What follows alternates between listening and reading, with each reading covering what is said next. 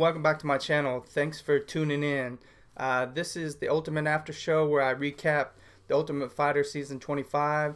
This will be a recap of Episode 3, Jesse Taylor versus Mehdi Baghdad.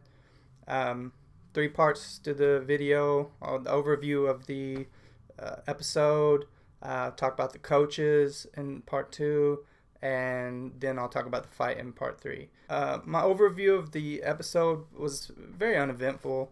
The Ultimate Fighter television show has become very formulaic. Backstory Fighter A, backstory Fighter B, fight prep Fighter A, fight prep Fighter B, sprinkle in some stuff in the house, and then the fight. You know, it's the same old stuff. It's not very compelling. I mean, the backstories are sometimes interesting, sometimes not so interesting. Like I said, very formulaic. One episode to the next, it's just plug and play. You plug in a new fighter, Fighter A, Fighter B, same thing. If you've seen one episode, you've basically seen them all. The only thing you can really tune in for different each week is the fight. But that being said, they did a lot of backstory on Jesse Taylor.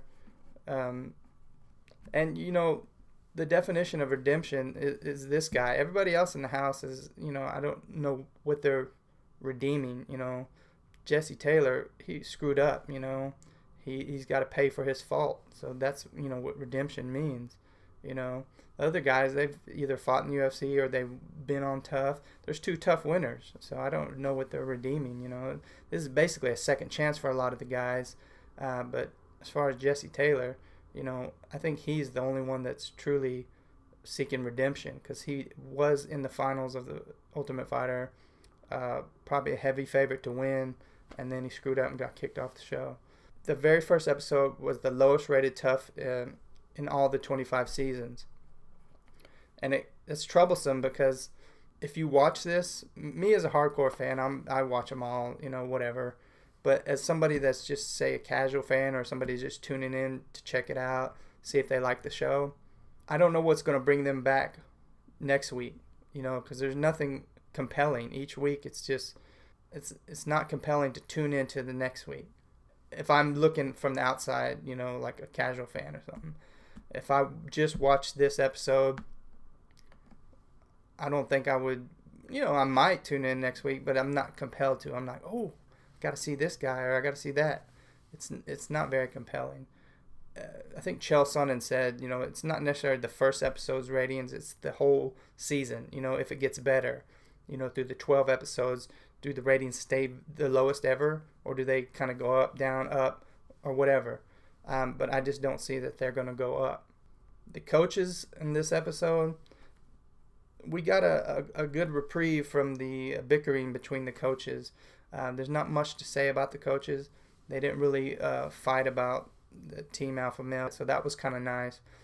They did start jawing at the end when they were doing the walkout to announce the next fight, but I can handle that. You know, they were talking about fighting each other. You know, I'm gonna kick your ass, I'm gonna knock you out, I'm gonna do this. You know, that's fine, and they kept it to a minimum, which that was good. You know. So other than that, they didn't really jibber jabber a lot. So that was kind of a nice reprieve from previous shows. The fight itself, it was very one-sided. Yeah, if you could see that within the first 5 to 10 seconds, Jesse Taylor went for a takedown, got it, and within 20 seconds, Mehdi Baghdad was flat on his back. And pretty much that's how the whole fight went. The first round, Taylor went for a few submissions, had Mehdi took his back a few times, tried for the rear naked, you know, flattened him out a few times. Credit to Mehdi Baghdad, you know, he did all he could to fight off not getting finished. He didn't get finished, you know, it went the decision, but you know, he didn't he had 0 ground game. He had 0 takedown defense.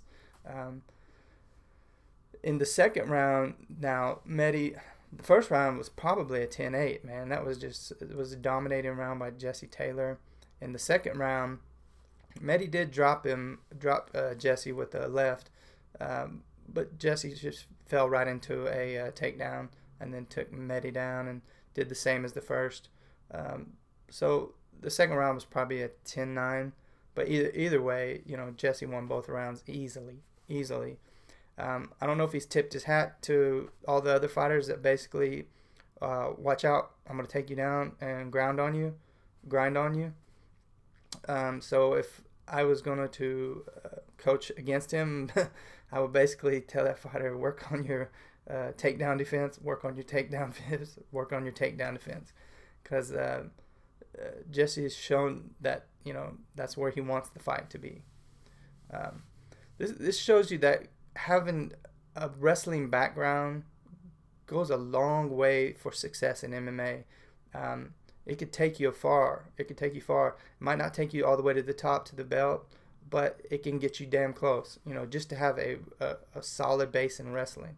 You see a lot of the European fighters, they don't have that. They have that Muay Thai, that boxing background, but that's why it's good to have that wrestling, and you can see a lot of success with the American fighters, even the jiu-jitsu guys that have that groundwork.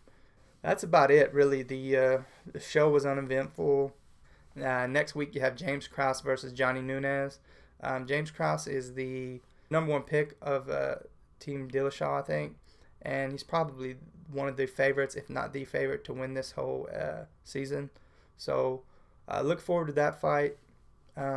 Tell me what you guys think.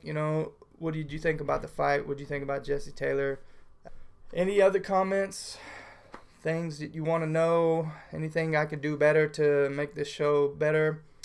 Leave in the comment section below. I appreciate you watching. Thanks as always, and until the next video.